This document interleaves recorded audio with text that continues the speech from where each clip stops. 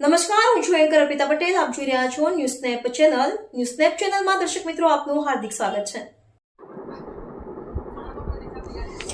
પ્રાકૃતિક ખેતી સાફલ્ય ગાથા પાટણ. પ્રાકૃતિક ખેતી અપનાવી કુંવારદના ખેડૂતે અન્ય ખેડૂતો માટે ઊભી કરી પ્રેરણાદાયી મિસાલ. રાસાયણિક ખેતીનો ત્યાગ કરી પ્રાકૃતિક ખેતીથી મેળવ્યો બમણાથી પણ વધુ નફો. જાદવ મહાદેવભાઈ. જીવામૃત અને પ્રાકૃતિક ઉપાયોથી ખેડૂતે વધારી આવક, સુધારી જમીનની તંદુરસ્તી. પાટણ જિલ્લાના શંખેશ્વર તાલુકાના કુંવારદ ગામના પ્રગતિશીલ ખેડૂત શ્રી જાદવ મહાદેવભાઈ જગમલભાઈએ વર્ષ 2015થી રાસાયણિક ખેતીનો ત્યાગ કરી પ્રાકૃતિક ખેતી અપનાવી આજે અન્ય ખેડૂતો માટે પ્રેરણારૂપ સફળતા મેળવી છે. સતત વધી રહેલા રાસાયણિક ખાતરો અને જંતુનાશકોના ઉપયોગથી માનવ સ્વાસ્થ્ય પર થતી ગંભીર અસર તેમજ જમીનની ઘટતી ફળદ્રુપતા જોતા તેમણે પ્રાકૃતિક ખેતી તરફ વળવાનો દ્રઢ નિશ્ચય કર્યો હતો. શ્રી જાદવભાઈ જણાવે છે કે પ્રાકૃતિક ખેતી એટલે ઝીરો બજેટ ખેતી, જેમાં જીવામૃત, ગૌ કૃપામૃતમ જેવા પ્રાકૃતિક ઉપાયોનો ઉપયોગ કરીને ઓછા ખર્ચે ઉત્તમ ઉત્પાદન મેળવી શકાય છે. ખેતરમાં ઉગતા ઘાસનું આચ્છાદન કરવાથી જમીનનો ભેજ જળવાઈ રહે છે અને જમીન વધુ સજીવ બને છે.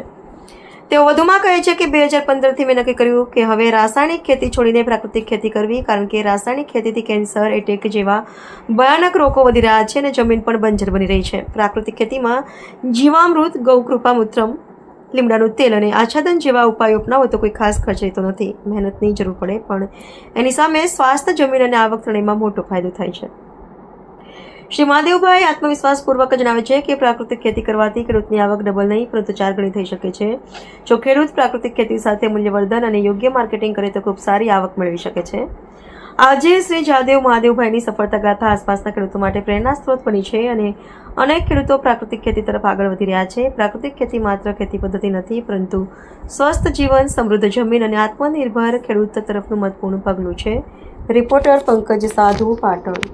મારું નામ જાદવ મહાદેવભાઈ જગમલભાઈ, ગામ કુંવારદ, તાલુકો શંખેશ્વર, જિલ્લો પાટણ. 2015થી મને એવું થયું કે હવે ભાઈ આપણે રાસાયણિક ખેતી છોડી અને પ્રાકૃતિક ખેતી તરફ વળવું પડશે, કારણ કે આ રાસાયણિક ખેતીથી કેન્સર, એટેક ભયાનક દર્દો વધી રહ્યા છે, બરાબર, અને આપણી જમીન પણ બંજર બની રહી છે, ફળદ્રુપતામાં ઘટાડો આવી રહ્યો છે. તો પછી મેં નક્કી કર્યું 2015થી કે ભાઈ આપણે પ્રાકૃતિક ખેતી કરીએ. પ્રાકૃતિક ખેતીની અંદર ઝીરો બજેટ ખેતી કહેવાય. રહી કોઈ ખર્ચો નહીં. જીવામૃત બનાવો, એની અંદર મહેનત થોડી વધારે પડે, તમને મહેનત કરવી જોઈએ.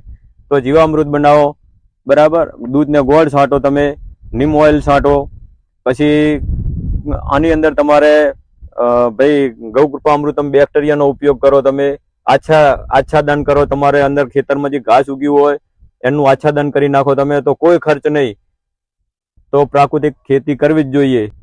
પ્રાકૃતિક ખેતી કરવાથી માણસનું સ્વાસ્થ્ય સુધરે છે, બરાબર, વધતા તમારી જમીન સુધરે છે, વધતા તમારે આવકમાં પણ વધારો થાય છે, બરાબર. આવક તમારે ડબલ નહીં પણ 4 ગણી આવક થઈ જાય.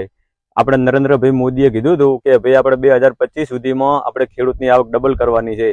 તો આપણે ડબલ નહીં પણ 4 ગણી આવક થાય. તમે પ્રાકૃતિક ખેતી કરી અને મૂલ્યવર્ધન કરીને એનું વેચાણ કરો તો તમારી આવક 4 ગણી થાય છે.